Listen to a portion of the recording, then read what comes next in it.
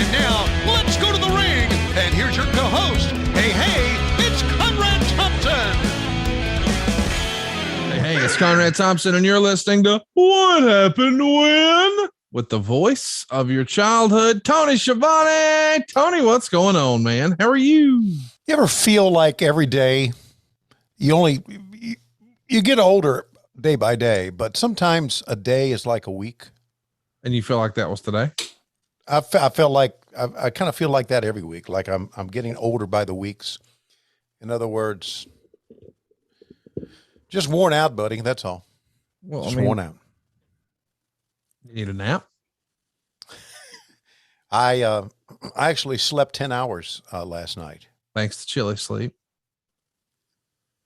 Damn right. I'm just saying. I mean, listen, we're going to have to talk about chilly sleep eventually. Might as well do it right here at the top of the show. What was better about last night's sleep than normal, Tony? Well, first of all, I was home and I wasn't in a hotel. I know you take your Uber with you on the road, but I don't. So I just fell asleep faster and I stayed asleep. So there you go.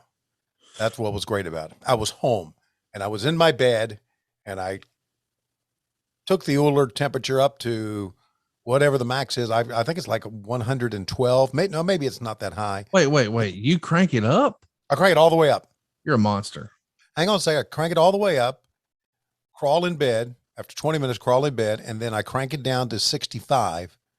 And so gradually, as it reduces my body temperature, right? You fall asleep. Yeah. I fall asleep. It's great. Megan does the same thing. She has her set to automatically start warming her side of the bed up at 10 o'clock at night.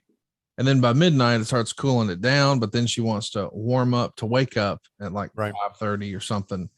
But either way, though, these are life hacks that we're sharing with you, boys and girls. And of course, it's brought to you by Chili Sleep. Chili Sleep has been a game changer for both Tony and my life.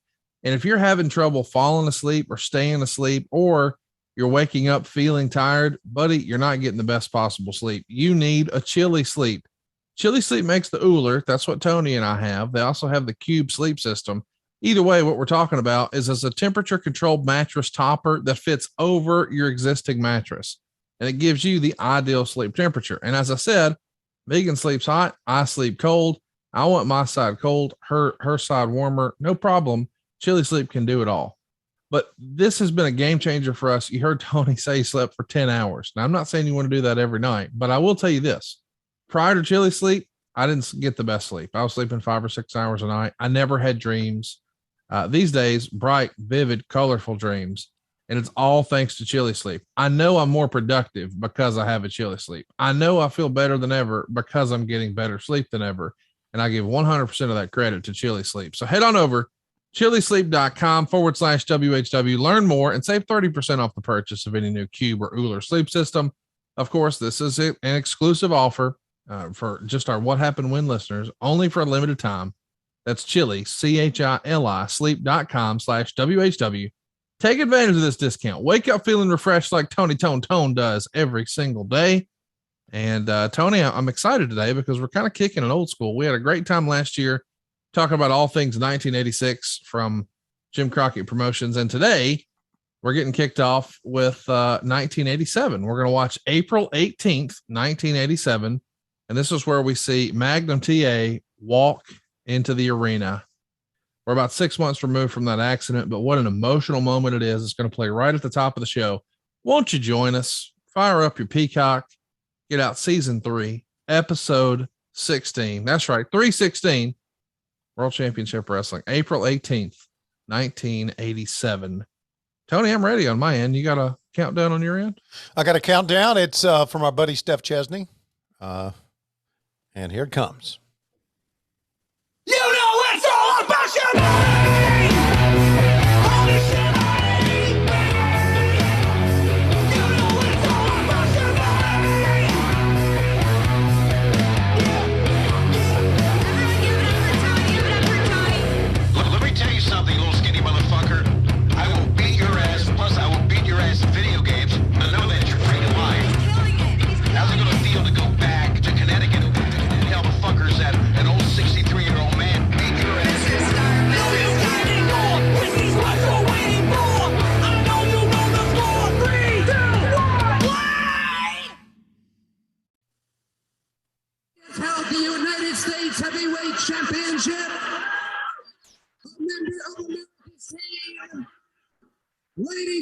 gentlemen, help me welcome here to the Jim Crockett Senior Memorial Tag Team Tournament.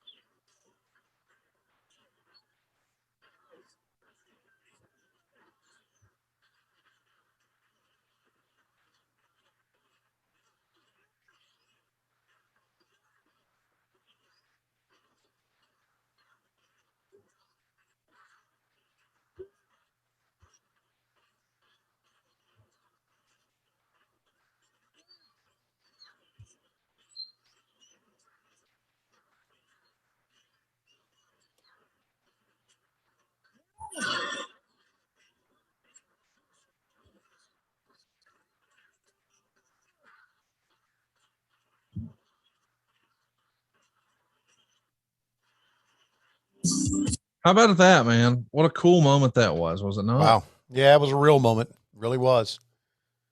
Because they were very close, as you probably know.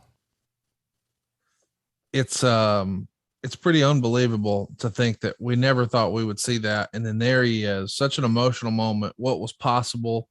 And now, here he is. Ladies and gentlemen, that was the greatest moment of my life.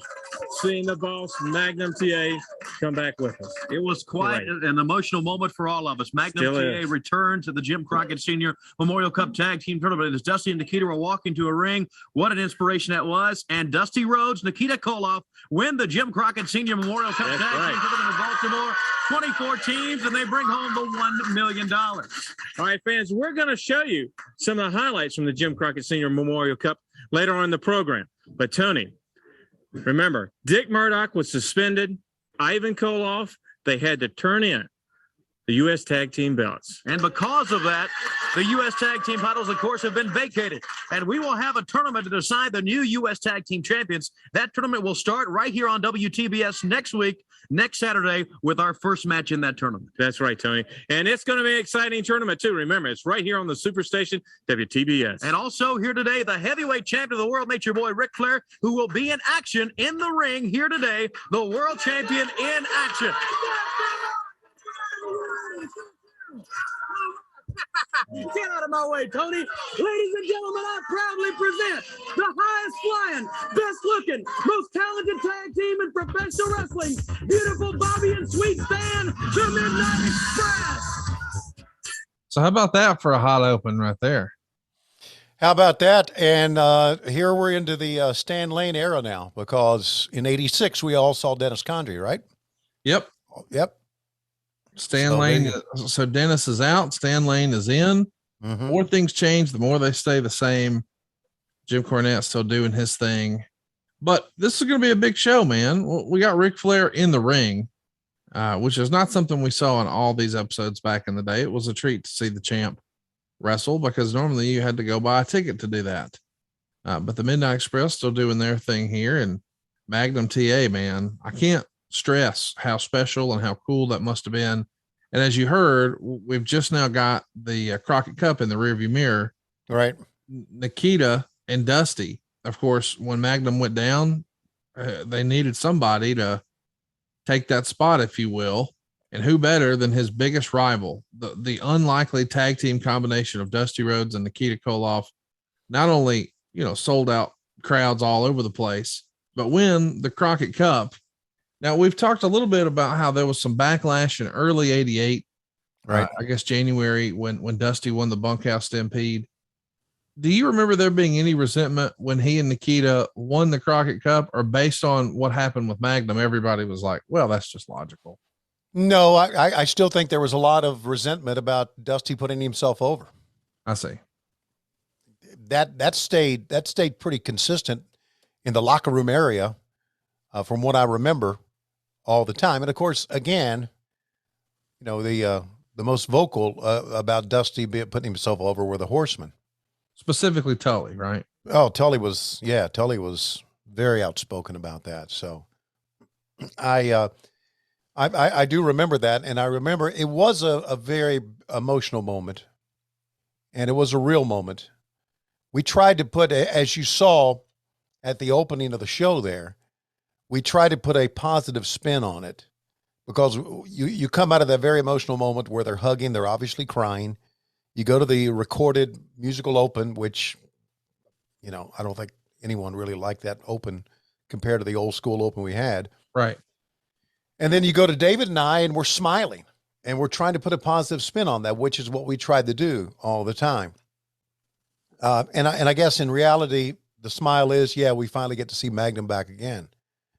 And we always tried to let people think that he was going to try to come back, where we all knew he wasn't be able to come back. But again, Dusty was going to put himself over in this tournament, even if it had been he and Magnum T.A. He was. I'm really surprised when you think about it that Dusty didn't put himself over in the first tournament, but then again, that's when he and Flair had that world title match as the main event. So what he did was, as Booker, he made himself more important than the tournament himself on the first one. Listen, I'm not knocking Dusty. I just how he worked, you know, just how he was. Yeah, you're not knocking Dusty. You're just shitting all over him here at start. No, I'm not shitting all over him. I'm just telling you the way he was. He had a lot of heat. He put himself over. People resented it.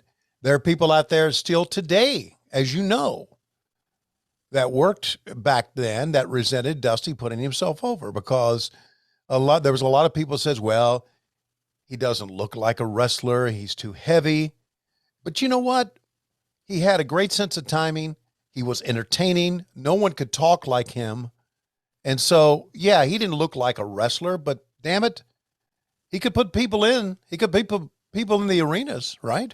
Yeah, what No was that? question. I mean, he even addressed it in that promo. You know, my belly looks a little big, my height is a little big, but I'm bad, and they know I'm bad. That's right. And I just think that because things were obviously going downhill, and really by January of '88, really were going downhill. I just think when he put himself over at the Bunkhouse Stampede, that was almost kind of like the last straw for some of the wrestlers. To me, it feels like from this point forward, the rest of 1987 through 1988, it is all downhill. Do it for David right there. Right there. Yeah. Now I want Ronnie Garvin to take a look at that. You see, the fact of the matter is, Mama's lawyers, every time they tried to make a motion to get me out of that cage match, what happened? Somebody's financing Ronnie Garvin, some lawyers, and So there you see Bobby Eaton doing what he loved to do. Come show you guys a close up of a punch on hapless young man. Yeah, man. So as a reminder, we're 8 days removed from Crockett Cup 87. That was in Baltimore, Maryland. On April 10th, they had 9,300 fans there. On April 11th, which was exactly 1 week prior to this, they had 13,000 fans there. And unbelievably, that same day that they're running in Baltimore, you guys also ran a show in New Orleans. So yes, the Crockett Cup is a big deal, but doesn't mean we're not going to run double shots still, because that's just what the business calls for in this era. Right. There's a part of me that always thought, and I know in AEW we're in the midst of, or at least we're beginning the Owen Hart Foundation tournament. There's a part of me that always thought that tournaments in itself didn't really work. They don't. However, I can tell you, and I think I've mentioned this before, that as a fan in 1978, they stripped Ric Flair and Greg Valentine of the World Tag Team Championship, and they had a one-night tournament at the Greensboro Coliseum and sold the sucker out. Well, I think that's different. Let's take a listen to Cornette. Okay. greatest. They know who I am, and you should call me mister. You see, congregated around me, the greatest array of wrestling talent that has ever been. The Midnight Express, the greatest tag team. Big Bubba Rogers, the baddest man in the world. And a big announcement I got to make today for the first time about Big Bubba Rogers. An old associate of mine called me last week, and he offered me a whole lot of money to get Big Bubba's services for a period of time. Now, Bubba has been a trusted family confidant as well as a close personal friend for a long time. So at first I said no, but I called Mama and she said money talks. That's That's the root of all good. And if it's just enough, and it is, then take the offer. A whole lot of money being paid for Big Bubba. You're going to hear some very good things and some very big things from him in the near future, and I'm going to go into that later. Now, like I've already covered, the Midnight Express, greatest tag team in wrestling, got ripped off in the Jim Crockett Cup. Thank you, sweet Stan. But the fact of the matter is, the money that they're going to make me in the future is going to make $1 million in cash even look like nothing, brother. Look like a paltry sum. And let me tell you something, Ronnie Garvin, like I've said before, it's a conspiracy with Jim Crockett, the NWA, Ronnie Garvin, all these other creeps around here. You're jealous of me, you're jealous of them, so you're trying to get rid of me. I realize what you're trying to do. You are trying to assassinate me. Well, brother, if I got in a cage with Ronnie Garvin, I realized that my neck would be turned in more shapes than a pretzel, and I realized what would happen to the rest of my body. Every time that I tried to get one of Mama's attorneys to file a motion to get rid of that cage match, then what happened? Somebody, David Crockett, is financing Ronnie Garvin lawyers to get every motion overruled and every motion overturned. So it's going to take place, you think, Ronnie Garvin, but I'll guarantee you one thing.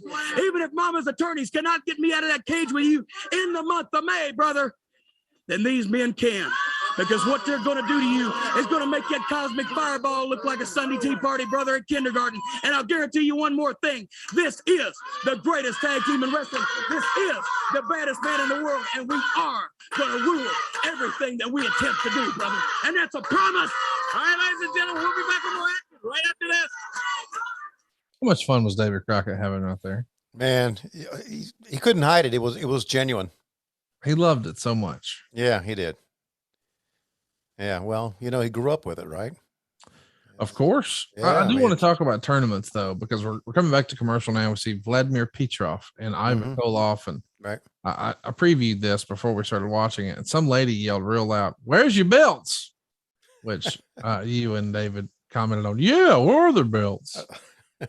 So anyway, the tournament thing, I think, to me, the reason it doesn't work as well as we might imagine in pro wrestling is sort of the same reason that I don't think Iron Man matches really work.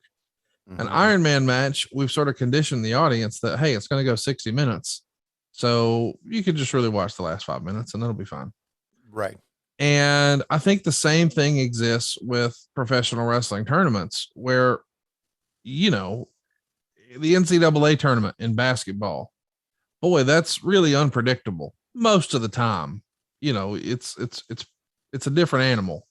But we know the way some of these cards are slotted. Well, like for instance, in the Royal Rumble, when they used to let, and I know he's going through a tough time. I'm not trying to pick on him, and shout out to everybody who participates in his, ease of comfort, quality of life, what have you. Virgil was never winning the Royal Rumble. Even as a kid, I'm 9 years old and I'm like, well, he ain't winning. Right. We know that. And so I just feel like, if you stretch out a tournament and it's over the course of, months or weeks, now a one night tournament where we're crowning a new champion, as opposed to this new trophy that we just made up, like the Crockett Cup, the example you gave was we're going to crown a new U.S. champion here tonight, a one night tournament. That's different to me. Now we know for sure I'm going to see a title change hands. I'm going to see a crowning of a new champion, right? As opposed to, well, hey, they get a big shiny trophy and a fake $1 million check. Right. I get that. Yeah, that's logical, man. It really is. A couple of things. I loved in Jim Cornette's past interview where he said, Mama said that money was the root of all good. I love that. So great. It's so good. He just threw that out and just kept on talking, man. He was so good at that. Let me ask you this. Virgil is falling on hard times here? Man, he was just recently diagnosed with a lot of bad health stuff. Looks like he's got dementia and he's had a couple of strokes. I'm so sorry. He's really had a tough time, but it feels like maybe he's lost the use of one of his arms and just in a bad way. So thoughts and prayers to Virgil. And if you look him up on Twitter, he's got all the information there about how you can purchase some of his merch or make a donation or what have you. But Lord, and I know that he's become a comic figure in more recent years, but a lot of that was really just clever social marketing. At the end of the day, this is a guy who sure did sacrifice a lot of his personal life for our entertainment and enjoyment.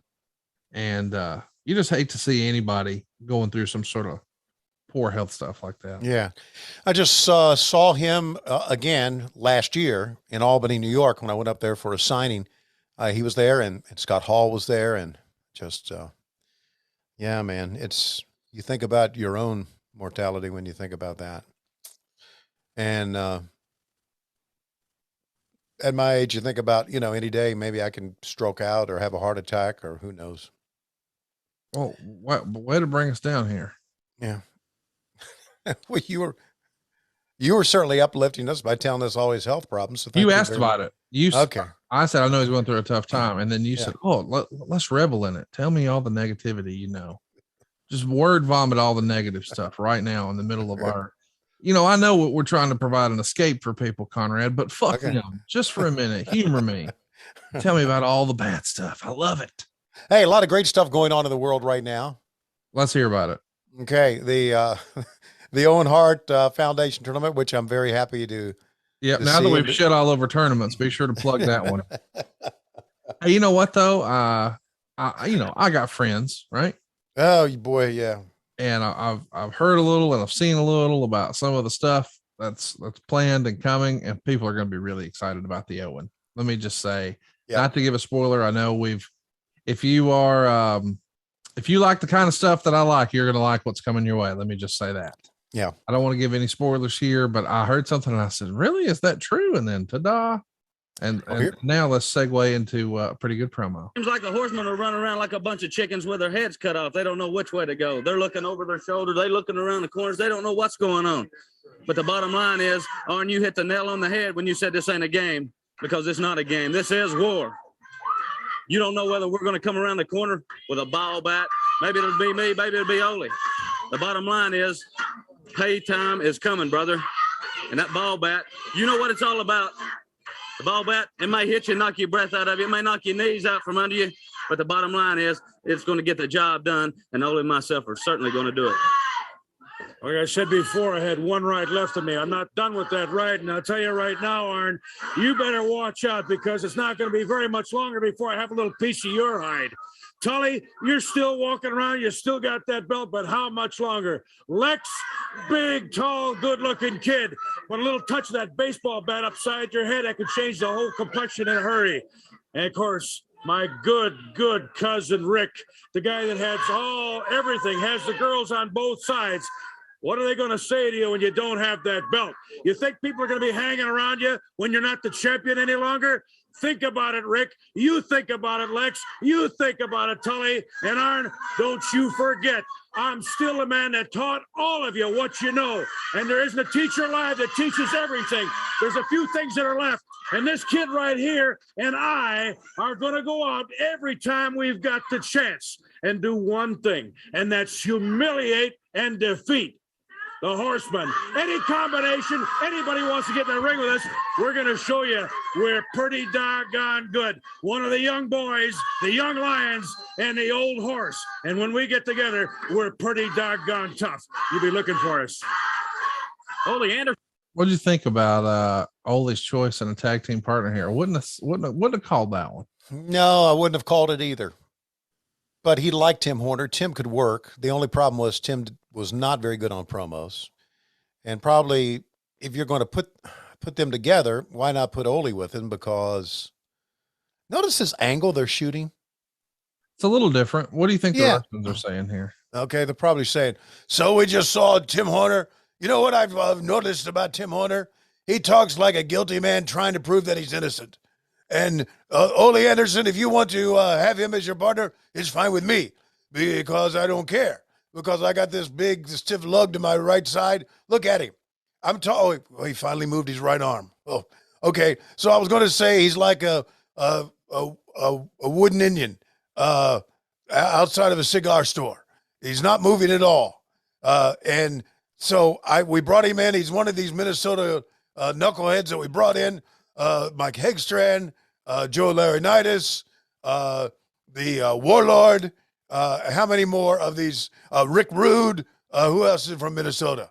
They all come in and say, oh, Vern Gagne is from Minnesota, so we all can work. Well, you know what? You all can't work. And I'm the only Russian that really could work. Me, Ivan Koloff. And while I'm at it, since it's just Easter weekend, I'd like to say hello to Jesus and all his followers. And I also like to say that We got something real nifty, yeah? Real nifty 5, y'all, on hood. Or should I say, real sporty, like a sporty issue on hood. The Crip Mac, no jumper interview on hood. never mind. Whatever. Oh yeah, the Jim Crockett Senior Memorial Cup. We were robbed of the Crockett Cup, and So anyway, I just like to say a couple more things here. The guy on my right's not moving at all. Not so sure if he's dead or alive right now. I wish he would at least. Oh, there he goes. He's pulling on the chains. See that? See, he pulled on the chains, so we know he's alive, which is good. And so I always am handed kids that can't work. So please, somebody out there, some booker, send me one that we can make into a Russian who can work like me. And maybe we will get ahead a little bit further. How much longer do I have to go on this commercial, this promo? I don't know. So I'm out of here. Go fuck yourself. I love you for that. Yeah. All right. So, Tony, I need you to find your mouse and hover over the pause button. Yikes. And then I'm going to have you hit pause in 3, 2, 1, pause. We need to take a timeout right now because I don't know if you saw what I saw, but I saw a couple of bald motherfuckers right there. Did you see a couple of bald motherfuckers right there? Sure did. Sure did. I think one was by choice. It's too late for old Vladimir Petrov, but it's not too late for you to think about keeps. You see, 2 out of 3 men will experience some form of hair loss by the time they're 35. And in fact, more than 50 million men in the country suffer from male pattern baldness. Well, here's the good news. There are only 2 FDA approved medications that prevent hair loss, and Keeps offers both. And Tony and I both recommend Keeps, but don't take our word for it. Check this out. Keeps has more 5-star reviews than any of their competitors. You see, Keeps offers a simple, affordable, and stress-free way to keep your hair. They've got convenient virtual doctor consultations and medications delivered straight to your door every 3 months, meaning you don't even have to get your ass up off the couch. It's 24/7 care and support. Keeps has a network of expert medical advisors, prescribers, and care specialists to support you in making your hair goals a reality. And frankly, nobody ever wanted old Vladimir's hair goals. It's also low cost. Treatments start at just $10 a month, which is roughly what Tony used to charge for a cup of coffee at the drive-thru. And Keeps offers generic versions of 2 FDA approved medications that prevent hair loss. I want to mention treatment plans are affordable. They're typically half the cost of what a pharmacy may charge. Keeps has everything that your hair needs. It's delivered straight to your door, all in discreet packaging, but more importantly, with proven results. Now, keep in mind, prevention is key. Treatments can take 4 to 6 months to see results, so act fast.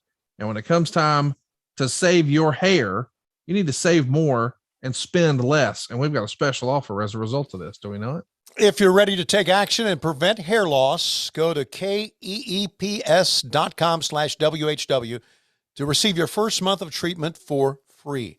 That's keeps.com/WHW to get your first month. Again, keeps.com/WHW. So, Tony, let's get back to the program here. I'm going to give us a little countdown here in 3, 2, 1, play. And we're seeing Brad Armstrong with a fella who could have used a little keep right there. Brad Armstrong is Kenny Omega in a time machine. Yeah, you know what? Of the kids, the people that I've worked with in my career, and I haven't worked with everybody, obviously. But Brad is top 15 workers, maybe. Wow. Being able to work a match, don't you think?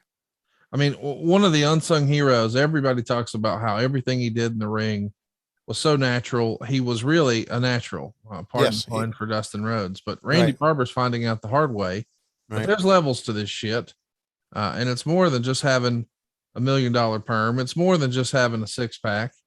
It's the actual technical skill. And supposedly that's where Brad excelled. And what I've always wondered is why, when we saw so many other great talent come through who maybe had an impressive physique and could really go bell to bell, but they couldn't talk. Well, they usually just put them with a manager, but for some reason that's not the case here. And I know, managers are not always super common here in wrestling. I mean, it feels like once upon a time in the WWF, literally every heel act had a manager. And I think Vince Right. Jr. even kept some of that going. Right. But Brad was by and large a babyface, and you wanted those guys to be able to tell their story. But if it wasn't working, man, just get that dude a mouthpiece. I can only imagine, and I realize we're sort of fantasy booking, but imagine if you had a guy like Paul Heyman out there running his mouth for Brad Armstrong. That's a home run combination. I agree with that. I think they always tried to give Brad a different gimmick. There was the goddamn Candyman, right? There was Arachnoman, Fantasia. They always tried to, instead of putting him with a mouthpiece, they always tried to give him a different gimmick because he didn't really have the personality that really would draw fans in. Although he at times could cut good interviews, but it was like a Tim Horner interview. Tim Horner and Brad Armstrong tried to copy the interview style that Bullet Bob had, but no one could do Bullet Bob better than Bullet Bob Armstrong because we loved his stuff. But Brad was the type of guy that they always try to come up with something else for him, and it never really worked. And again, he's one of these kids that left us way, way too soon. Sleep apnea. And that's something. Man. Isn't that crazy? Yeah. I can't believe that sleep apnea got Brad Armstrong, but it didn't get Dave Silva. Really? No. Well, I think maybe Dave caught it in time. And, Dave didn't catch nothing. Dave just kept falling asleep at work, and I said, "Hey, bitch, you need to go to sleep." I mean, seriously, I'd be in the middle of a conversation, and I'd be like, "Hey, Dave, do we have the graphic for this week's WHW?" Yeah, I was working on it. We did all the Zooms for the Butts and Seats comic book, and Dave was on those Zooms. He fell asleep on a lot of them, I'm sure. He's sitting there with his eyes closed, and I'm thinking, and I'd say something to him, and he just start talking, and I'm thinking either his eyes are really like that, slits like mine are, or he's asleep on us. I'm not sure. So Russian leg sweep. He's got it now. Oh yeah, the Russian leg sweep's done, son. Tremendous. Man, how jacked up is he too, dude? Look great, man. Here's the replay of the Russian leg sweep, how he did it. That float over Jones, Randy Barber. Yeah. Out of here, son. Can't compete with that. Let's take a listen to Billet Bob. Great tournament in Baltimore, and I know the U.S. Tag Team Tournament's coming up very soon right here on TV. That's right. It starts next week right here on TV. Like you said, Dad, the quarterfinals in the Crockett Cup, but we made a mistake. We corrected that mistake. We may go a long way in this U.S. Tag Team title match. But I feel like Brad's really on the threshold. I work out with him every day. He's combined the three main ingredients to make a true champion. He's got speed, agility, and he's getting stronger every day. It's hard to keep this man off my back when we hit the mat. There's a lot of titles to be held in the NWA, major titles, but one, the pinnacle, the world champion, Ric Flair. And Slick Rick, that ever-waiting banana peel may be under your next step. And if you do slip and fall, I hope it's face first so that beak will cushion the rest of your body. A lot of people walk that aisle, but when you get to the end of the aisle, what you do makes a difference, and I think Brad's ready. Well, thank you very much. Like I said, like the Bullet was saying, it was a heck of a tournament. The Baltimore Cup proved very successful for ourselves as well as for Nikita, Koloff, and Dusty Rhodes, who came out on top. But I tell you what, it was a victory for us as well because we did get to the semifinals, and it proved something to the people of Baltimore, and thank them for their support. But it proved something to us as well, as we're a lot better team as we thought we were, brother. And I tell you what, with the U.S. tag titles vacated, it's a heck of an opening for the Bullet and myself to take command of the situation and hopefully come out with some U.S. tag titles. Okay, Brad and Bob Armstrong. Gentlemen, let's go back to the ring. All right. Man, I don't know why, but I'll never get tired of seeing Bullet Bob on TV. Oh, man. Genuine. Who's that lady standing up clapping? Her name was... Gosh, I knew her name at one time. She came to every show. She was at every TV taping. She was at every Omni show. I can't remember her name. I don't know. We had a lot of the same people. You could see them. I mean, a lot of the same people every week came to the show. Anyway, yeah. There's one thing that that Brad and a lot of look at Ronnie. Brad and a lot of wrestlers used as a crutch, and I think I still probably I use as a crutch is, I tell you what. I think Brad said, I tell you what, 3 times in that interview. Yeah. Tim Horner said it. I guess it's one of those words to help gather your thoughts. Well, the other is, let me tell you something. Right. Well, you know something mean, Gene? Yeah. Let me tell you something, brother. Right. And then, of course, we know about Brother Jack Daddy. Brother Jack Daddy. And Hey, now so- Rick Rude's gone by this time, isn't he? Let me check. Because he and Manny were the World Tag Team Champs when we left off 19. Well, I guess we've done a show No, from no, January. he's not gone yet. He's not gone yet. No. So maybe they're still the World Tag Team Champions. Maybe we'll He get is a going to chance. leave. He's just not gone yet. Okay. So maybe he and Manny are still the World Tag Team Champs, and we'll get Paul Jones to hit on the desk about 10 times and have a Brother Jack Daddy type whatever bullshit. When was the last time you got Brother Jack Daddy? I'm trying to think. I don't know. So Rude leaves the next month. Okay. He's out in May. So he's got about a month left. Ronnie just fucking around with this old fat guy here. Dude, I mean, when I first saw what was happening here, I'm like, well, this poor guy is fixing to get the fuck beat out of him. Yeah. No question. By the way, last week we did a watch along on the 25th anniversary of Barely Legal. And we had Right. both Taz and Sabu join us, which was pretty cool over at adfreeshows.com. Right. And I know that, there's a whole lot of people who are listening to this who are like, like ECW. Okay. But I'm just saying in that era, that was sort of like their Hogan Andre, it was a big deal. Right. And we had both of the guys on there, and man, Taz there were a few times where he just beat the fuck out of Sabu in that. And Taz and Sabu hadn't sat down and watched that match in forever. Right. So it was fun to watch it and Taz go, oh, brother, I'm sorry about that one. And Sabu's like, it's okay. And then a few minutes later, one would happen backwards and Sabu would go, I'm sorry about that one. It's just so fun to watch these guys beating the shit out of each other and apologize. But that's great. I somehow bet if Ronnie Garvin watched this with this individual, he would not be apologizing. No, he wouldn't. No. He would say, well, that's just the way it was. He would.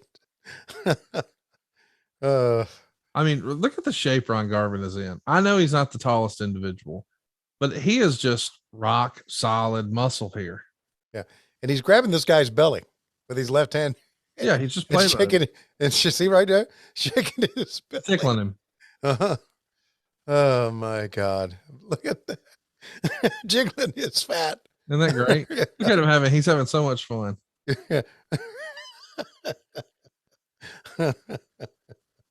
Look at him grinning. He's loving it. And stomp right on it. How much money was the enhancement pay back here? $100? No, I'm thinking 75. Oh, look at that. Oh, shit. Can you imagine getting humiliated like this, beat up, fat Jiggle Jones, and then when it's all over with, after 4 million people have seen you be destroyed and humiliated, you come to the back and they give you 3 20s, a 10, and a 5. Well, they all thought this was their big chance to be seen on TV, and who knows? There was a Ray Trailer, right? Well, yeah, I think he was the exception, not the rule. Well, they all thought that if Ray Trailer can do it, I can do it. I've talked to people. Oh, here we go. Another ass kicking getting ready to happen here. Old Dexter Westcott and Rick Sullivan are about to get the fuck beat out of them by the Road Warriors. I have met people, a lot of guys who have told me, hey, I'm training to be a wrestler. I've met guys here in Georgia. Hey, I'm training to be a wrestler. Any advice? And I said, well, I've never been a wrestler, but you got to give it your shot. And it's not going to be easy.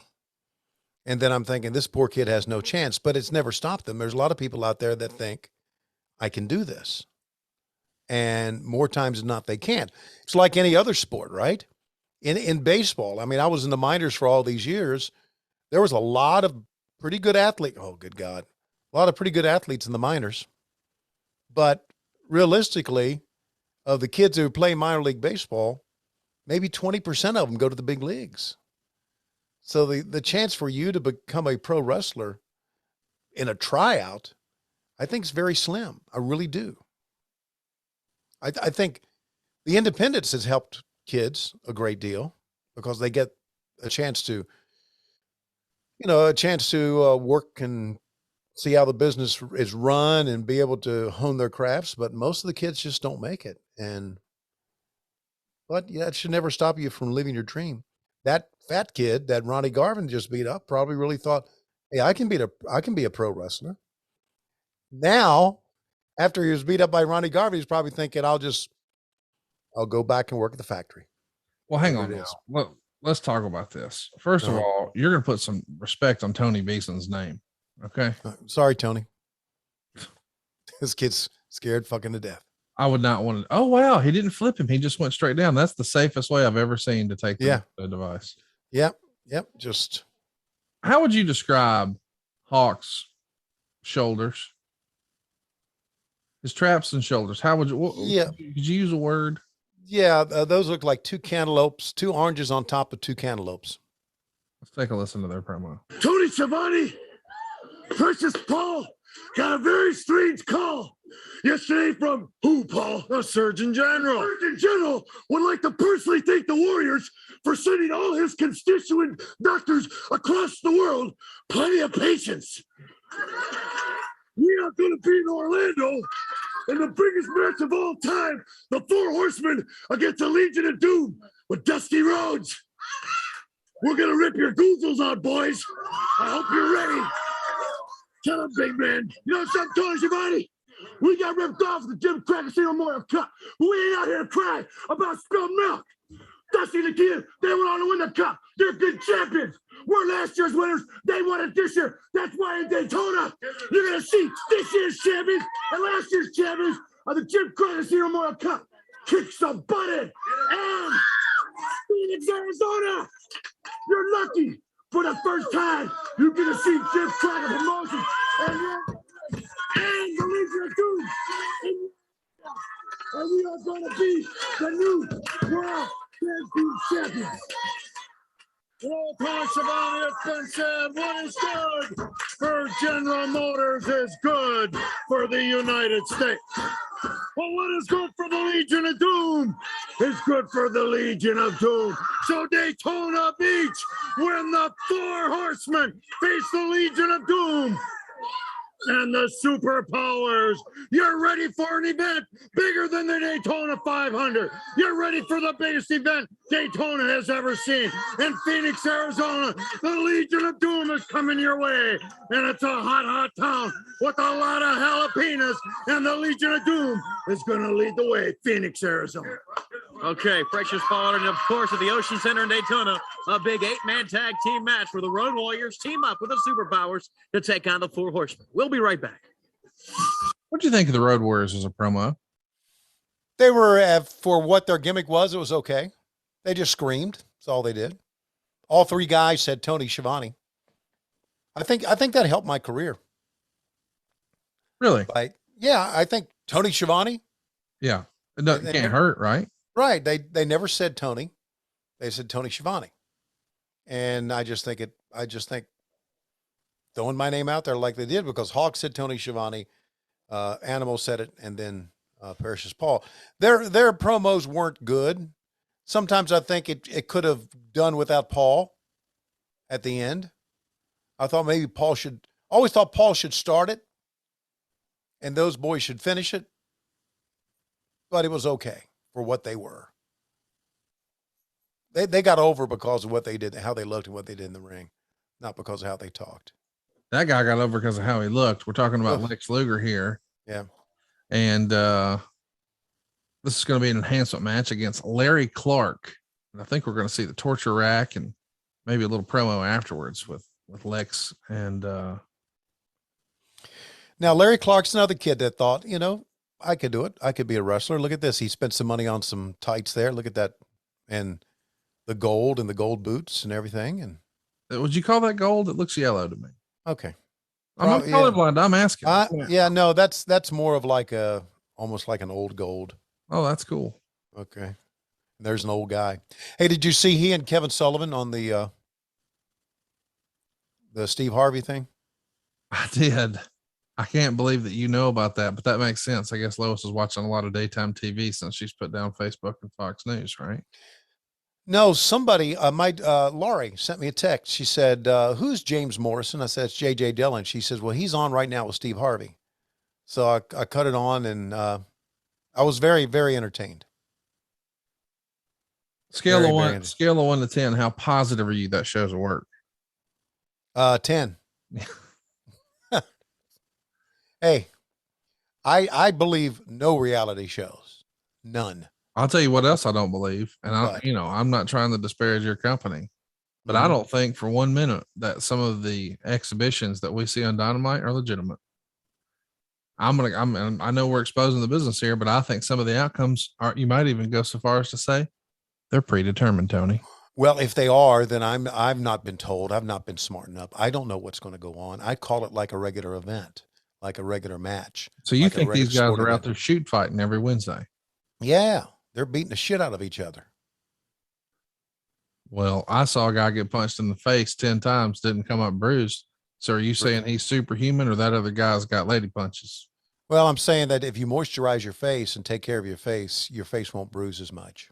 What do you use to moisturize your face? I use oil of Olay. All day, every day? Yeah, I use a serum, and then an eye cream, and then a moisturizer for my face. You know, before I go to bed. thought the key to you looking so young all these years was those rock hard erections you've been sporting. Really? Well, I see the torture rack right here, and it looks like that's going to get the job done. But to tell everybody how we can do a torture rack at home and get the job done, I think we should hit pause here in 3, 2, 1. Tony, I want to talk about your dick. I really want to talk about it. Now, I know we don't have long, but yeah, that never stopped you. Do you want to tell us a little short story about your wiener meats? Okay. Yeah. Blue Chew has revitalized it. Really? Yes. It's more turgid than normal right now? Yeah. You've used that word before, turgid, but yes. Turgid. Turgid. Turgid. Turgid. Not turd, turgid. Turgid. You preferred rigidity? I mean, here's the thing. I don't know all the West Virginia sayings, but you told me once. I don't know them either because I'm from Virginia, but go ahead. All right. You got rock hard Peters though. Do you know it? Yeah. When I need it.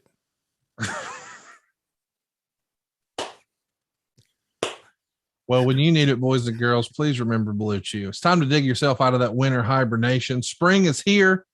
Tony has popped his little head up. That's right, that one. He saw a shadow, and now it's time to get sprung with Blue Chew. This episode and Tony's Wang Meat are sponsored by Blue Chew. Guys, confidence can take you far in life. It can also help in the bedroom, especially when it comes time to step up to the plate, especially if you've got a 75-year-old wife like Tony Schiavone. And that's where Blue Chew comes in. Blue Chew is a unique online service that delivers the same active ingredients as both Viagra and Cialis, but in chewable tablets and at a fraction of the cost. You can take them anytime, day or night, so you can plan ahead or be ready whenever an opportunity arises. Now, the process is simple. You'll sign up at bluechew.com. You'll consult with one of their licensed medical providers, and once you're approved, you'll receive your prescription within days. Now, here's the best part. It's all done online. That's right. Blue Chew is your hookup. Holler if you hear me. There's no visits to the doctor's office. There's no awkward conversations. And let me tell you something, brother Jack Daddy, there's no waiting in line at the pharmacy. Blue Chew's tablets are made in the USA, just like the Armstrong boys. They're prepared and shipped directly to your door in a discreet package. But once you have a Blue Chew, well, there'll be nothing discreet about your package. We're talking Big Wiener Meat Jones. And if you could benefit from extra confidence when it's time to perform, Blue Chew can help you. Lord knows they've helped Tony. Tony's got 17 Howl at the Moon kids.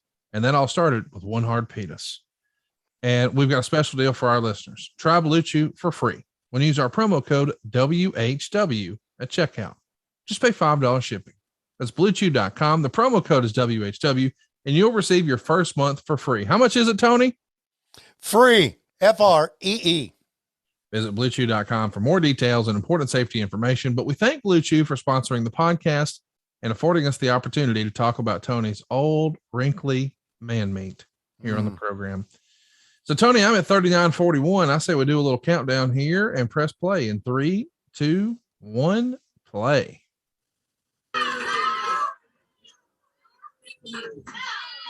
Something else. So there's the torture rack replay. What'd you think of the torture rack as a finish? It's about all he could do. Okay. As he's going to fill that U.S. heavyweight title. That's correct. I first want to reflect on a tremendous event that took place 1 week ago. Of course, I'm talking about the Jim Crockett Senior Memorial Cup. And not to any way demean the honor that went to the winners. You have to put everything in its proper perspective. For a few fleeting moments, the superpowers enjoyed all the adulation, all the acclaim, the applause of the people. And now that cup's got to sit in the corner for 1 year collecting dust, but life has to go on. And see, you can look at every situation and look for something positive in it, which is why. I wish he would have done this on Steve Harvey. And as Lex Luger has mentioned to me time and time again, Nikita Koloff is growing soft. And the fact that he's got $1 million paycheck to split with the American Dream, Dusty Rhodes, is going to further that thing, that he is becoming soft, that he's listening to the people. The mandate of the people is going to bring Nikita Koloff and Lex Luger into the ring. He's going to have to put that U.S. title on the line, and that's when Lex Luger is going to take over. You know, Tony Schiavone, it goes like this. There's precious few individuals put on the face of this earth who can write their own script. What I mean by that is they have the looks, the charisma, the intelligence, and all the physical tools to get whatever they want out of life. What we're talking about is a man, whether it's the women in my life, cars, homes, money, whatever I want in life, it's at my fingertips. It's at my disposal. So, Lex, you've done so much so early, so soon. Where else can you go from here? There's one void missing, and that is the U.S. heavyweight title. Lex Luger is a non-stop freight train to the very top of professional wrestling. When I look up those tracks, JJ, I see a Russian stride on those tracks. When you get in the way of a freight train, Nikita Koloff, you get run over. It's not a matter anymore of whether Lex Luger can beat Nikita Koloff. It's can you stop me? Nobody's done it yet. You won't be the first, because like it or not, you are looking at the next U.S. heavyweight champion. Stick it out. Awesome. Well, I'll tell you, he looks phenomenal. Nobody can argue that. No, man. No, he does. And you notice when they had the camera on JJ, just JJ by himself. Oh, wow. I want to talk about these kids too. Oh man. The first time we've seen them here on the program, the new breed. Yeah. And boy, you want to talk about ahead of their time. Wow. Right? You're not kidding. Their careers changed when they had that terrible wreck in South Carolina. But these kids, Chris Champion, and who was the other kid? Sean Royal, I guess. Yeah, Chris Champion. They were ahead of their time, man. They could do so much stuff. But JJ was there by himself, and Luger kept walking behind him because he wanted to be seen on camera. Yeah. I just thought that was one of those subtle things that I always noticed.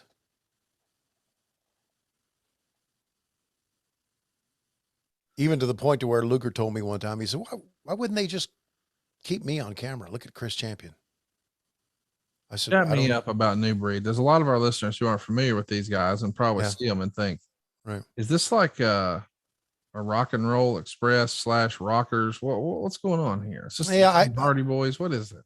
Yeah, I think young Hardy Boys would be the best. Their interview, and I hope they have an interview. They always talked about Back to the Future.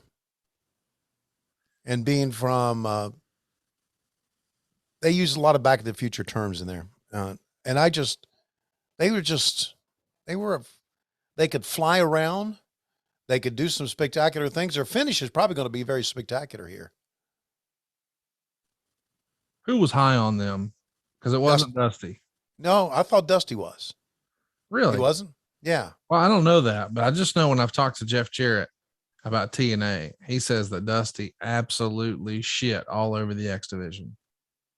Hated it, didn't see any value in it, blah, blah, blah. So the idea that we're going to try to do some, I don't know, maybe they're not doing as much flip, flop, and fly. Well, I can see that Dusty during the TNA days would have not liked the X division.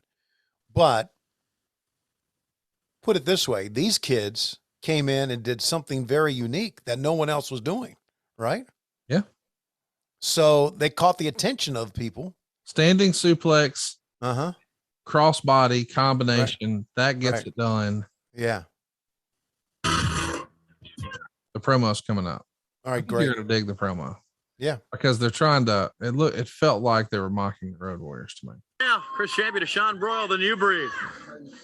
Well, Tony, we come out here and yell and scream about how we're gonna rip somebody's head off, about how we're gonna turn their doozle pipe apart and get them in the square circle and rip them from limb to limb.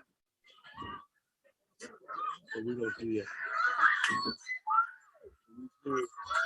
Speaks for itself right there inside the square circle. Rock and Roll Express, you know what we came here for. But it seems that we've kind of been sidetracked a little bit. There's another old rock and roller, I should say, by the name of the Boogie Woogie Man. You're like Father Time, Boogie. They've done everything could possibly be done to you. All that's left now is to erase you from time itself. And that's what we're here for. Boogie's got a little friend, a little go-by. Goes by Lasertron. I'm gonna take you and look like a rock'em sock'em robot. Pop your neck up, and you'll be finished, Laser. Tell me about it, Chris. We're gonna disconnect his power unit and service him. Brother, the new breed is here, and the new breed is here to stay. Sent back from the year 2002 with the use of 2.2 gigawatts and a flex capacitator, shooting us through the time-space continuum, bringing us back to save wrestling before it's too late, to change the face of wrestling before it's too late, because we're here to stop people like the Rock and Roll Express and this old Boogie Woogie Man running around here. Boogie Woogie, you should have went out with Elvis, brother. And we're going to take care of you and show you what rock and roll is today. 2002 style, brother. And you're never going to forget the new breed. And Lasertron, when we're finished transforming you into something that looks like you see it in a junkyard, brother, you're never going to be able to even walk in that ring again. We're going to clean up wrestling, give it a new look, nice clean shaven look, unlike the Rock and Roll Express with hair down past their shoulders and the Boogie Woogie with a beard past his waist, probably to cover up that fat belly. Rock and Roll, you're gone, brother. Pack your bags, sell your horses, you're gone. Chris Champion, Sean. So they came back from 2002 to save wrestling. Coincidentally, they almost did it. You know, I mean, they were onto something. They knew that what we didn't know, that this company would be out of fucking business by 2002. They were ahead of their time. They left a Ring of Honor show, told the Briscoes and the SATs, fuck off. We got to go wrestle Boogie Woogie and Hector Guerrero. We'll be back. Yeah. But on the way, I guess they got skin up. How would you describe the haircuts that we saw there? I would describe them as futuristic. Lost a bet Jones. I mean, can you imagine that guy just walking through life? He's going to walk into Outback Steakhouse with that fucking hair. I have a feeling he's going to have something over his head. Well, you're supposed to remove your hat when you go in the Outback. They Well, you know what? Guys traveled so much they didn't have time for restaurants. They did the drive-through. And one thing is, why did they talk about Boogie and Lasertron or the Rock and Roll Express? Because that's who they were booked with. Yes, of course. On all these towns, and that's how they did their promos. Because that's the only chance they had for an angle was to call them out on TV when you're underneath. But I don't know if you have in your notes there, or if you know when they had that terrible wreck.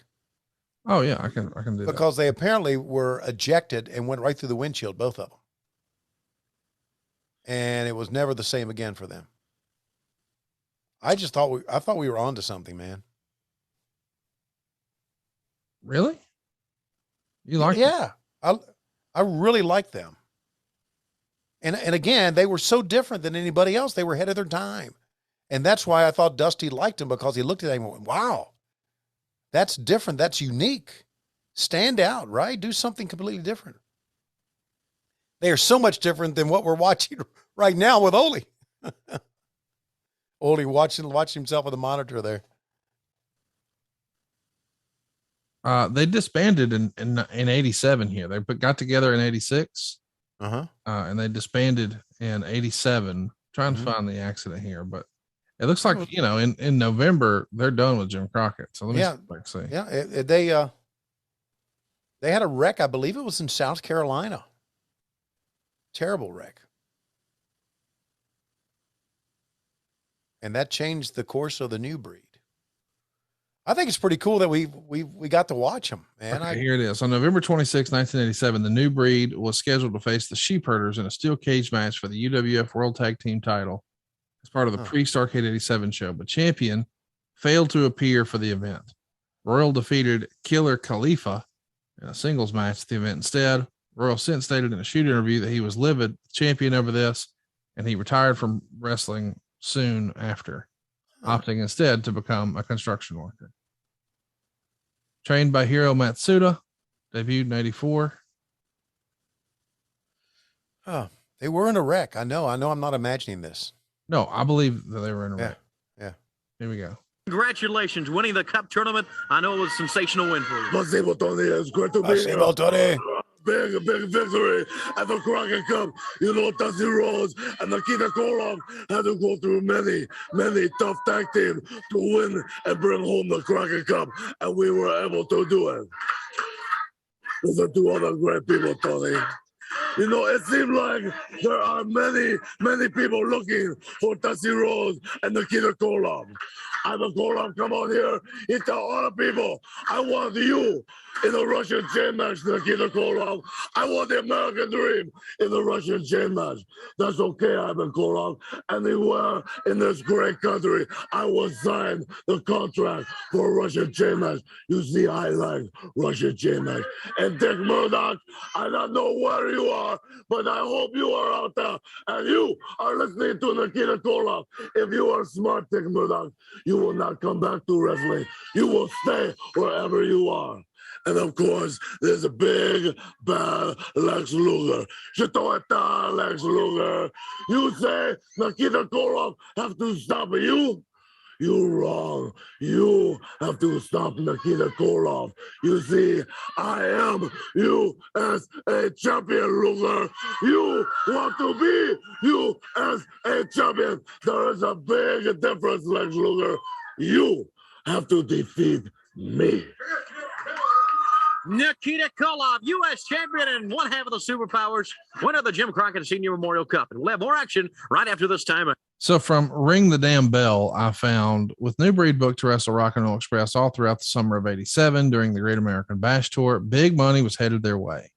Then an unfortunate accident happened that changed all those plans in late June of 87, where New Breed were scheduled for a small spot show in a town in North Carolina. And that's where the wreck happened. So we'll catch up about the wreck, but first we got to hear from the Nature Boy. What's happened in the last couple hours, the last couple of days, is that now Jimmy Garvin has got Precious in hiding. She's not visibly open to me. She's not available. So you see, Jimmy Garvin, what it boils down to now is, buddy, you have to be eliminated. The whole world is aware of the fact that Precious is tremendously desirous of the prestige, the notoriety, the fame, the glory, the big money that is involved with being at the side of the world's heavyweight wrestling champion. Yours truly, Slick Rick, and in the eyes of Precious, Space Mountain if you may. But Jimmy Garvin, I don't care if it's Greensboro, Norfolk, Chicago, LA, you and I are going to get it straightened out. You want to be where I've been for a long time, my friend. And the only way to get there is to walk the aisle and do it. Which reminds me, earlier in the program, Bob Armstrong was out here bragging on his son, talking about being able to walk the aisle. There's only one man that coined that phrase. Woo, and it goes like this: when I walk the aisle, looking at the only way I can look. Anybody standing in that ring better be at their very best, because it takes a tremendous athlete. It takes a tremendous competitor. It takes a man with a ton of heart and a ton of knowledge to wrestle for the World Heavyweight Championship. Brad Armstrong, Los Angeles, California is going to be on fire because you've told the whole world that you're ready for this. In Los Angeles, you got an opportunity to show us all. Now, who are two of my favorite subjects in the whole world? The Road Warriors. Ha! They come out here in their braggadocious manner, tell the whole world what they're going to do to the Four Horsemen in Daytona Beach. Well, the Ocean Center, that's our kind of atmosphere, boys. You're talking about sunshine. You're talking about thousands of nightclubs. You're talking about hundreds of thousands of women. That's the Four Horsemen. So in Daytona, no matter what you think is going to go on, Hawk, well, next time I see you going, it's going to be laid on your back as my great cousin, Arn Anderson, walks across the ring to paintbrush you, buddy. That's the way it goes. Daytona, the Four Horsemen versus the Road Warriors, Nikita and Dusty. Woo! What a night it's going to be. We're going to have all the bragging rights at every club in town. And when some good-looking honey walks over to me, throws her arms around me and says, Slick Rick, I saw you beat Hawk. I saw Arn beat Animal. We saw Tully destroy Dusty Rhodes. And we saw Lex flex, out muscle, and out finesse that goof from Russia, Nikita Koloff. So you see, to the general public, what Slick Rick is telling you. Put the camera over here, guys. Yeah, Vanna White, you're standing out there right now wondering what's causing all this. To all the people out there that want to be cool, you can buy one of these for about $10,500. Pocket change to the world champion. Put it on at one time, baby. This is what styling and profile is all about. This is what being the world champion. This is what being lifestyles and the rich and famous is all about. In conclusion, let me say one thing. How does that song go? There must have been about 1 million girls. Well, since I got together with my buddies, the guys had to rewrite it. And now we're talking about, there must have been about 2 million girls. The world champion. Let's go to the ring. Just so you know, Tony, using the inflation calculator, $10,500 in 1987 is $26,573.87 today. Okay. Anyway, let's talk about this car wreck that we were talking about beforehand. Right. Again, it happened in a small spot show in North Carolina, June of '87. The team was running late and they were traveling in the middle of a bad rainstorm. Sean Royal recalled he was in the passenger seat smoking weed. As champion driving the vehicle. Royal said the champion was acting paranoid and driving at a high rate of speed as to not be late for the show. Royal was screaming at champion to slow down as he felt the car starting to slip and slide and not worry about being late for such a small show. All of a sudden, the car hydroplanes and crashes. The impact of the crash caused the car to catch fire and eject both champion and Royal from the car. Neither man, of course, was wearing a seatbelt, and according to police, that probably saved their lives. Sean Royal suffered second and third degree burns on his head and body, while Chris Champion broke his arm in 2 places, as well as suffering burns. Right. Doctor said the champion would be out of wrestling for at least a year. Royal's injuries were still serious, but less severe. Both wrestlers were admitted to the hospital and shared a room. Royal says while laying in the hospital bed, he realized their big push was over. No more big money matches, no more high profile events. It was all gone. Royal said that while champion was sleeping, Royal grabbed him by the throat and started choking him. Royal said his intent in that moment was to murder Champion, who he blamed for ruining their careers. It took nurses and hospital security nearby to tear Royal off of Champion. Wow. Royal was the first to be released from the hospital and returned to wrestling. He approached Dusty and asked that when Champion returns, he no longer wants to be his partner. He also asked Dusty to book him against Chris Champion in a singles match. Royal wanted to legitimately beat up Champion in the ring to take out his anger. Dusty was having none of that and insisted when Champion returned, he would be paired up with Royal once again. Eventually, the NWA did welcome back the new breed, but nothing was the same. They weren't as over as they were before, and the hatred Royal had for Champion was just too much. Sean Royal decided to quit professional wrestling and walked away from the business for a number of years. He would return sporadically, but his career was never the same. Wow. So there you go. Chris Champion. That's the story. And unfortunately, Chris Champion had suffered multiple strokes, was on life support for a few days, and then ultimately was removed from that and passed away at the age of just 57 years old. Wow. Sad story, but that's the story of the new breed. And here's Arn Anderson talking to David Crockett at ringside after getting a win with the Gourd Buster. David Crockett, every time you talk about the world of sports, one name comes to the surface. We're talking about the tall, statuesque, bronze. A lot of girls like to call him good looking, Barry Windham. You see, he's got the long legs, he's got the height, got that golden mane blowing in the wind, and they tell me he's #1 contender for what we hold so dear to our heart. And you know what that is, David Crockett? Ric Flair's World Heavyweight Championship. You see, we're a family unit. I'm talking about the Horsemen. If one of us is a champion, we all defend that championship in one manner or the other.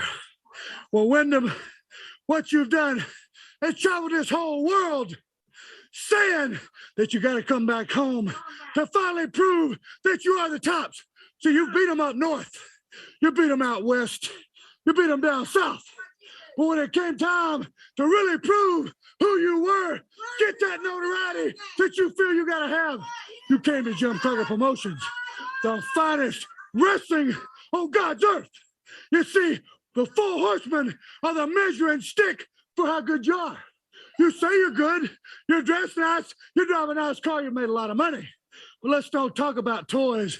You see, the four horsemen have more toys than anybody else. Let's talk pure wrestling. So, Wyndham, when people tell me you're the #1 contender for the World Heavyweight title, that tells me one thing. They think you're better than I am. Well, Wyndham, a lot of people have come along that said they were better than me, that thought they were better than me. But look into my eyes, Wyndham. I'm not a handsome guy. I've been hurt. I've been split open. I've had a few teeth chipped. I've had a few broken bones. And people tell me, why do you wrestle with such intensity? Why do you live with such intensity? When you wrestle people every day, like Dusty Rhodes, Nikita, Koloff, the Road Warriors, Ron Garvin, the Rock and Roll Express, and you too, Wyndham. You better wrestle with intensity. You better not roll out of that rack, grab a 6-pack of donuts, and lay on the couch. You better train. You better be the best you can. Well, Wyndham, I'm the best I can be. If you want to be #1 contender, you want to be good as they say you are, you're going to have to show me. All right. Man, it's real because he believes it. Yeah. My gosh, what a great promo. He always gave a great promo. Always. I don't want to make this completely about the new breed, but just to put a button on this, Chris Champion did come back in later years. Yeah. As like a, it was an Asian gimmick. It was like Yoshi, something like that. Coach Yoshi Kwan. Yoshi Kwan. Yeah. Right. Right. With WCW, by the way. Right. Wow. In 1993. Managed by Harley Race. We've talked about it before, but yeah. Wow. How about that? Anyway, so here we got Ric Flair wrestling on TV. Pretty cool. Pretty cool. Just chopping. There you go. Did you say just chopping? Yeah, just chopping. Flair was so, you know what? I tell some of our wrestlers, and I don't tell enough of them. Tell more then. Well, I tell some of our wrestlers that you need to watch Ric Flair in the ring for many reasons, but this reason especially, and that's learn how to call a match without being seen talking, because he was the master at that. He was the master at being able to say things under his breath that you could understand and call a match. And there's too many people that are seen today talking in the ring. I don't know if you noticed that or not. I guess maybe because I watch matches closely, especially when I watch Rampage or recorded Rampage. I watch it closely for stuff like that, but it's just some are good and some are not. And it's only because of just their lack of experience. Look, we've got guys and girls now that wrestle once a week. Flair wrestled 8 times a week, 9 times a week. That really means something. I think I've been on this soapbox before, haven't I? Yeah. It's a Tony Schiavone staple. Yeah. It is. Can you But Flair was so good about just we haven't made our big announcement yet. But okay. Scale of 1 to 10, how excited are you about the big announcement? Didn't you say last week we were going to make it this week? Yes. Well, here's what's going on. I'm not sure when this will be posted, but if you're listening on Wednesday, we've already announced Top Guy Weekend. This is posted Monday. Yes. Well, it'll Monday night tonight during Monday Night Raw. The big announcement will be revealed on social media. Okay. I'm saying a lot more people listen to this on Wednesday, you fucking goof. Because that's when the show comes out. I know that, you fucking goof. Okay. You know how come I know that? Because I'm the one that posts this fucking show. None of your other hosts do this. Yeah. I'm the one that posts our show. Did you want a cookie for that? Yes, I do. Okay. I'll have one of them steaks that you're cooking today for Easter. Well, you're welcome to it. You just got to come over, and I know you won't do it. You won't come to my wedding. Now you're coming for Easter. Oh boy. Dragging out the wedding shit again, huh? Wow. Years later. Literally, that's what we do is we talk about old shit here on the program. Yeah, I know. You know what I think you should give Easter as give Lois as an Easter present? What's that? You should run down to Home Depot. You should pick up a plunger. You should stop by Walmart, wrap it up with some gift paper. Yeah. Don't hide what it is. Make it very obvious what it is. Yeah. And give it to her and say Happy Easter. And then she'll say, a plunger? What is this for? And tilt her head to the side like Andy Griffith. Yeah. Playing and your dog hears the whistle. Yeah. And you'll go, well, I know how much you like bringing up old shit. And ta-da. That was a long setup for a terrible joke. Yeah, I actually did that. I gave that to someone years ago as a Christmas present. And I wrapped it myself. It was wonderful. Okay. There's the figure 4. He's going to win a match with the figure 4, Tony. So we got a big announcement coming up during Raw on social media. Well, I don't know about social media, but on our Patreons. I mean, that's what it's about. It's about Low Key Big Hog Weekend. It's about Top Guy Weekend. Good. I kind of assumed that we would have it announced already, but we didn't because we worked on a very special little thing. And as fun as it was last year, we've got something a little extra sprinkled in. I love little extra. How about this? Crockett Cup video package. We're seeing highlights from the Crockett Cup in Baltimore. You've had a lot of great memories and moments in that arena, have you not? Sure have.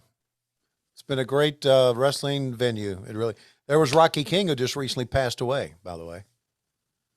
You know, I don't even know who that was. Oh, David Flair. I spent some time with him this past week. He was telling me that old Rocky King had a great big old hog on him.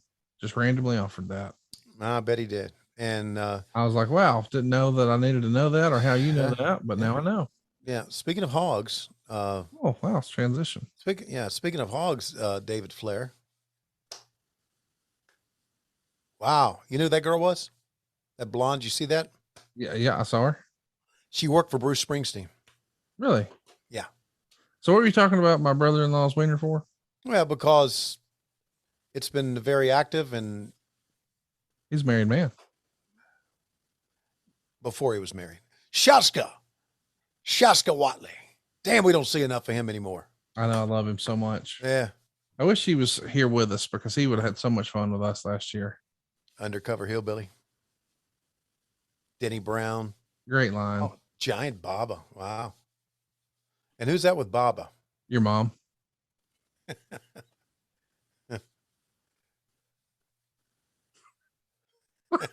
Why did that make you laugh? Your mom. It was. I just had no idea who it was. It was Tagaki. Tagaki. Oh yeah, God. No. Takagi. Takagi. Okay. It was ISAO. Listen, I'm a hillbilly from Alabama. Is that Asao? Asao Takagi? Asao. He was his Takagi. Asao Takagi. Asao Takagi. Fuck, I don't know, man. It was another Asian fellow who wrestled as his tag team partner. Yeah, for All Japan Pro Wrestling. All right, there you go. World Tag Team Champions. And There by they the are. way, did you see people upset over the weekend over nonsense? Well, why does that keep happening every week? Well, Where's what- the Go ahead. Would it be that it's because that Twitter is full of idiots? Yeah, I mean, I'm Yeah. becoming more and more convinced that you're onto something. No, I know. It's the worst. It was the worst invention in the world ever. Ever? It gave a voice to dumbasses. Gary Juster holding the cup. Word. I talked to Gary last week. Yeah. Shout out to Gary. Can't say why. I'll tell you Oh. off air, but got some stuff going on. Pulling for it. Good. So this is the championship match, I think, that we're watching. Yep, there it Yeah, is. there you go. Mrs. Crockett, Jimmy, and Don't forget, a year prior, she gave that fake certified check uh-huh. or bank printout check to the Roadrunners. She sure did. Now tell me what everybody's all up in arms about. Here comes Lasertron taking on Daryl Dalton. Mm-hmm. Daryl Dalton, by the way, looks like he could be a member of our podcast team. I wonder when he got dressed. Yeah. And he put that outfit together. Yeah. He put those trunks on, those baby blue trunks over the more slimming black underneath. Yeah. Do you reckon that he said, God, good. Yeah. My ass ain't big. It looks good. I mean, I wouldn't have taken the $75.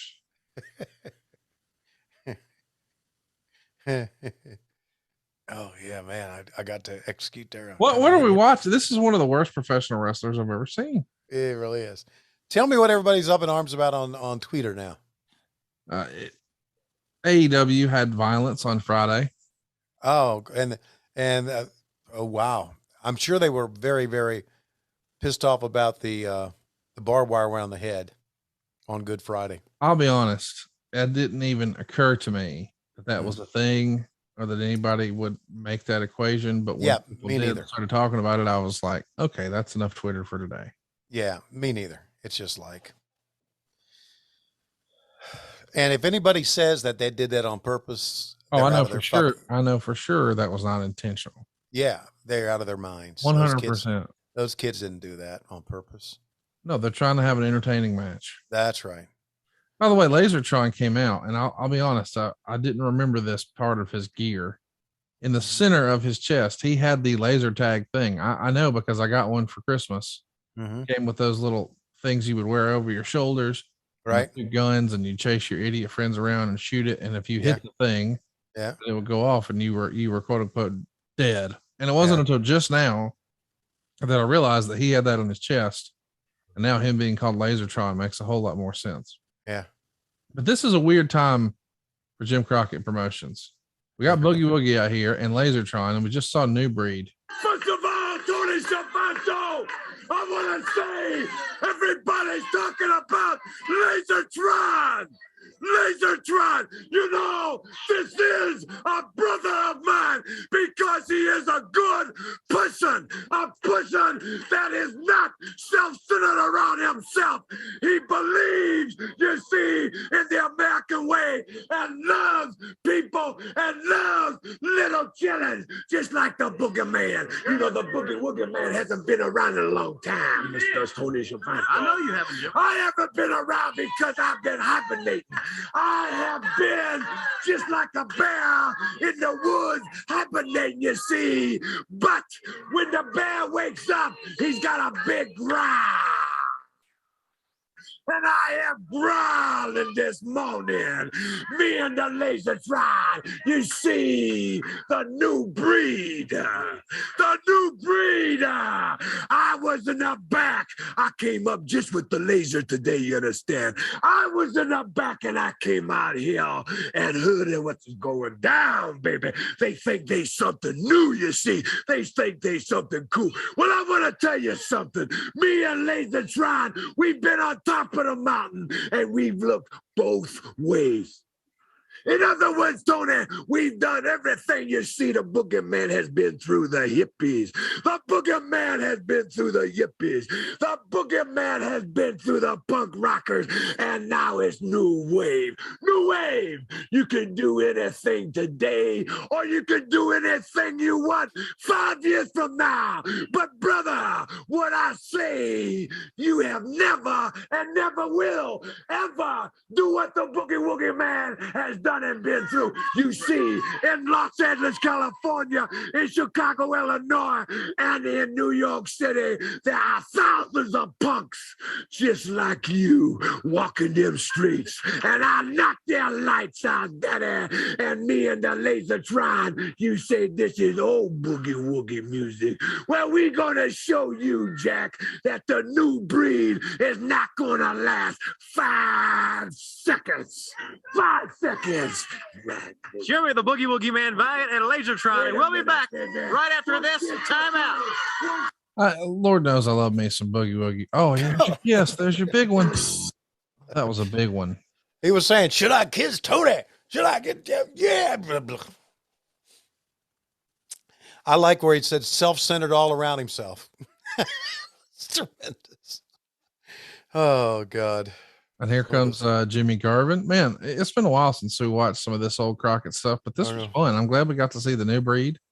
Got to see Ron, got to see Ric Flair wrestle. Good stuff. Yeah, it is. And on a very personal level here, it just again reinforces what a great life I've had. Really, it does.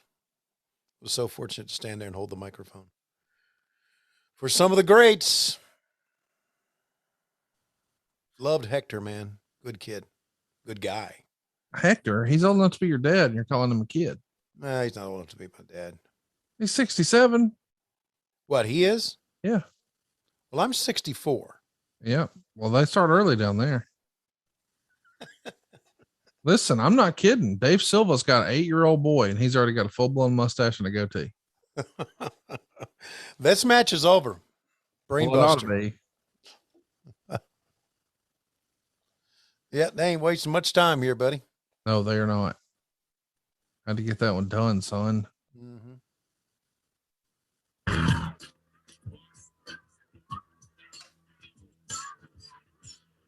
Fans, America's favorite couple, gorgeous Jimmy and Fresh. Gorgeous Jimmy Garvin feels good. I feel great.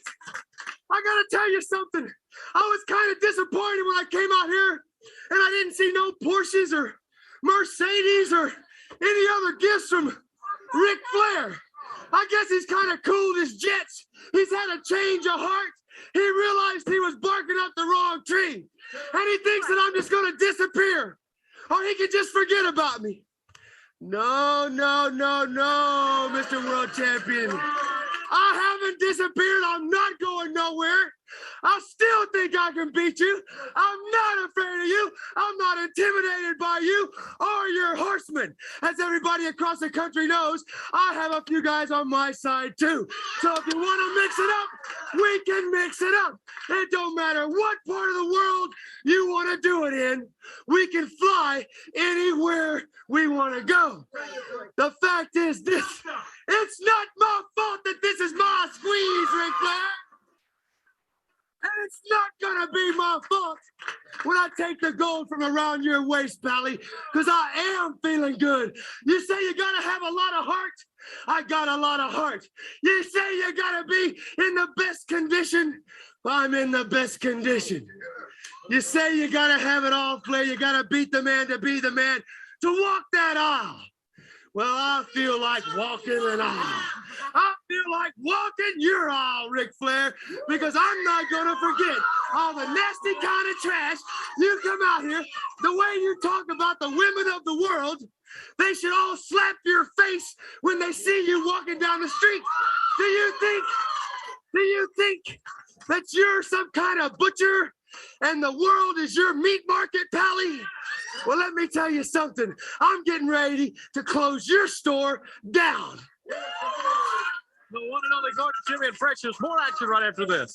A butcher and a meat market and close your store down. You just kind of grabbing straws, coming up with shit, right? Well, he was working. Yeah.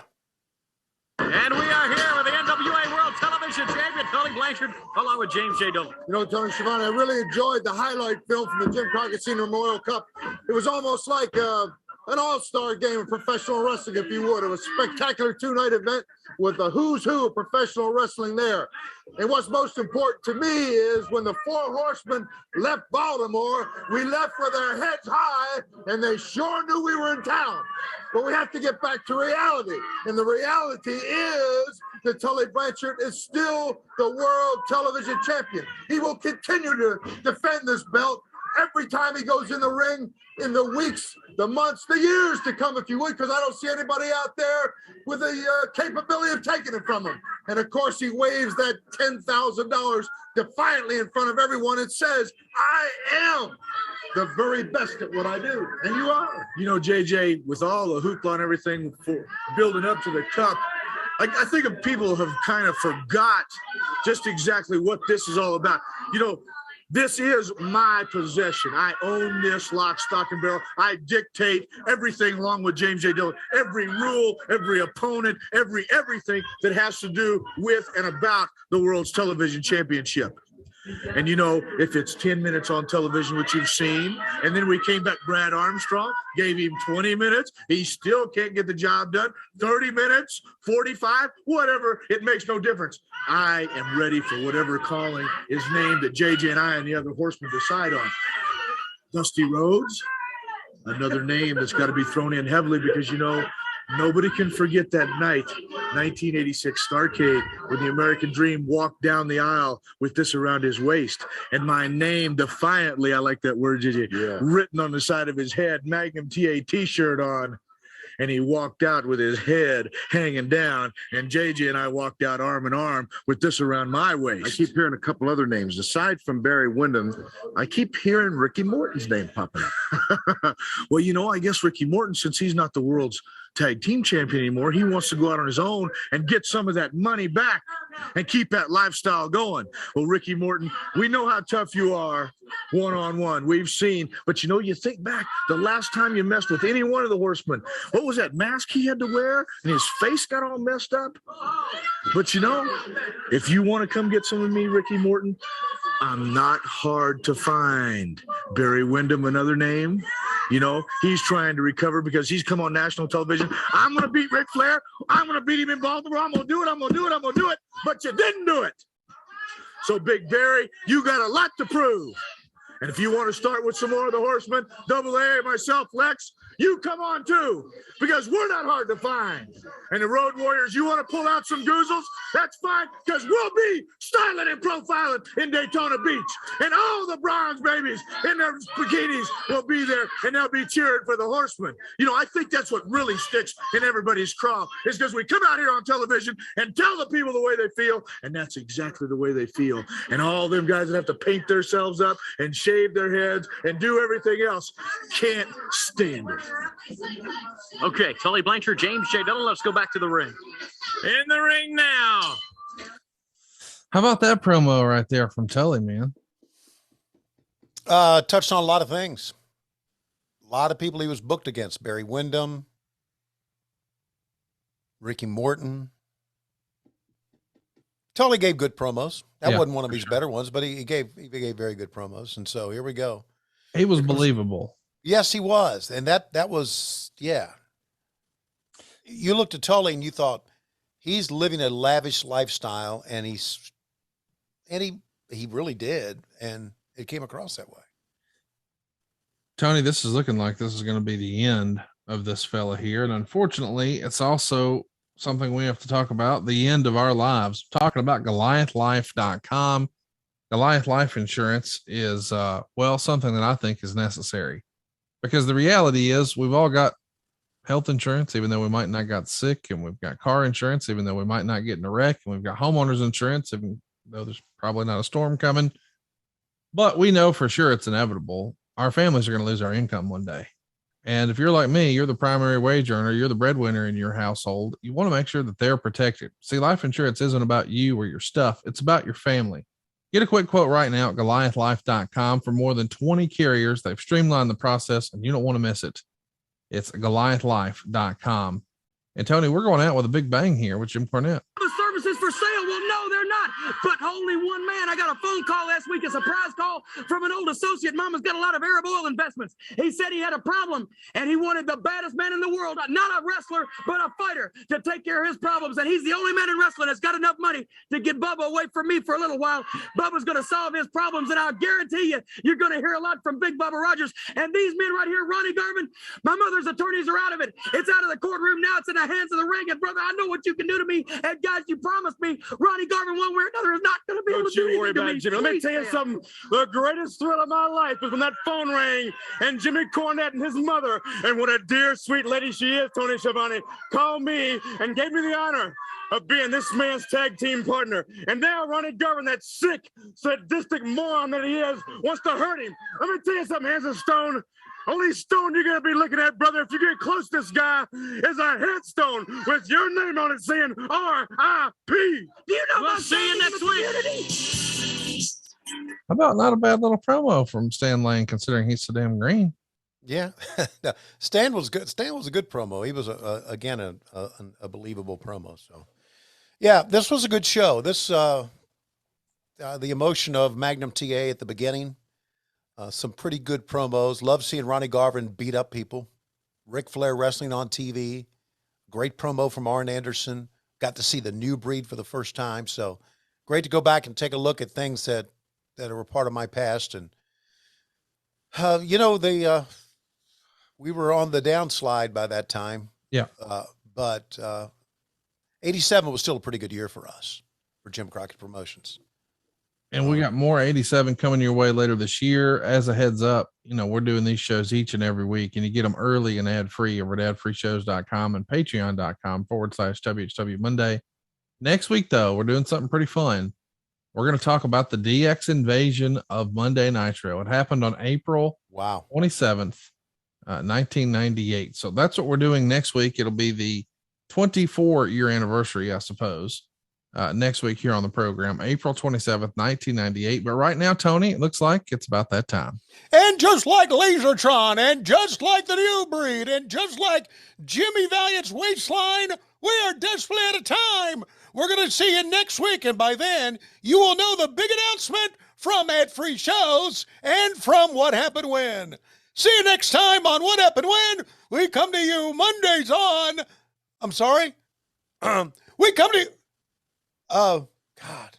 Damn, I'm getting old. We come to you Wednesdays on Cumulus, but Mondays, that's right, Mondays we come to you on...